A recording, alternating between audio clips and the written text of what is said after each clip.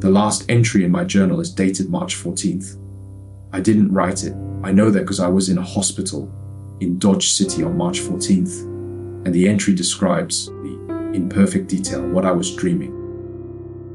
I'd moved out to the Haskell property in late February. My uncle's farmhouse, sitting on 300 acres of flat, dead winter fields in western Kansas. Nearest neighbor was 4 miles down the county road. No internet, barely a bar of cell signal. I brought a journal to stay sane, maybe work through a book I'd been putting off for 2 years. The early entries were fine. February 28th made it out here. Place smells like old wood, and something else I can't name furnace works. March 1st quiet night. Wind came up bad around 3 in the morning. Thought I heard someone on the porch, but it was just the screen door. March 3rd. A man came to the door that afternoon. Tall, maybe 50, weathered face, calm eyes. Said his truck had broken down about 2 miles up the county road. Asked to use the phone to call a tow. The landline in the kitchen was an old rotary that somehow still had a line, or I believed it did. I showed him to it and gave him some privacy. He was in that kitchen maybe 20 minutes. And then he came back to the front room, said thanks without giving a name, and walked back up the road. I watched him until the flat horizon swallowed him whole. That night I wrote 1 sentence before bed. I felt like something was different about the house. I checked the locks without knowing why. March 5th. The phone rang at 2 in the morning. I answered it because who calls at 2 in the morning unless something's wrong? There was a man on the other end, calm voice, unhurried, and he asked if I'd finished the chapter I'd been working on. I hadn't told a single person I was writing. He didn't wait for an answer. He read me 3 sentences I'd written earlier that day. Sentences that existed only in my notebook. Sentences I hadn't typed anywhere, hadn't spoken aloud, hadn't shown to anyone.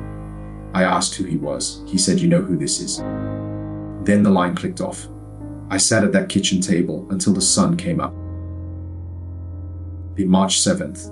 He called again. This time he told me what I'd had for dinner. The exact meal, down to the onions I'd burned a little and scraped to the side of the pan. He told me what page I was on in the paperback beside my bed. He described, in measured, ordinary sentences, the dream I'd had the night before. The one about my mother's house and the water coming under the door. I said nothing the whole call.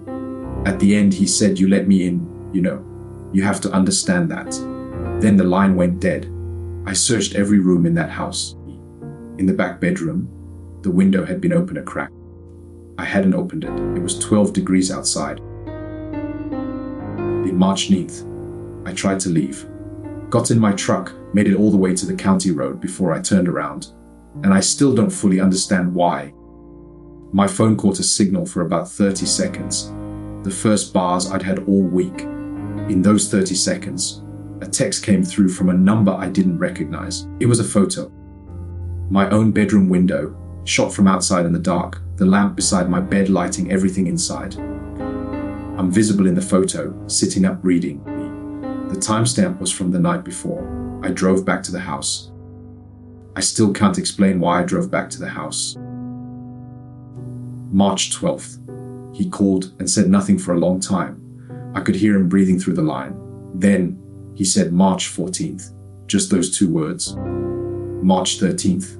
The last entry in my own handwriting. I think he's inside the house. I haven't seen him. But last night the floorboards in the hallway moved in a pattern I know. The loose board by the bathroom. Then 2 steps to my door, and they moved in that order at 3 in the morning, and my door didn't open, and I didn't sleep. The journal ends there, but below the March 13th entry, in handwriting that looks like mine, but isn't, same pen, same hand, just a little too deliberately, the letters pressed too evenly into the page, is an entry dated March 14th. It says he found the window open. He came inside like he said he would. He knows everything now. He is still in the house. He will be there when you read this. I was in a hospital emergency room in Dodge City on March 14th. A neighbor had found me wandering the county road in the early morning, barefoot, in a t-shirt, in temperatures below freezing. I have no memory of leaving the house that night. I still don't. The farmhouse is empty now. Before I'd go back for my things, I had a county deputy walk the property. He said everything was in order, no signs of a break-in, no sign anyone else had been there. But he mentioned one detail that stopped me cold. The rotary phone in the kitchen, the one the man had used to call his tow, had been disconnected years ago. My uncle cut the line when he moved out. There was no way it should have rung. No way anyone could have called that house on that phone. I sleep with the lights on now. I've moved twice since February. Last week, my phone rang from an unknown number, and a calm voice said, "You've been busy." Then, he told me what I'd written that morning. He told me about the journal entry, where I described him.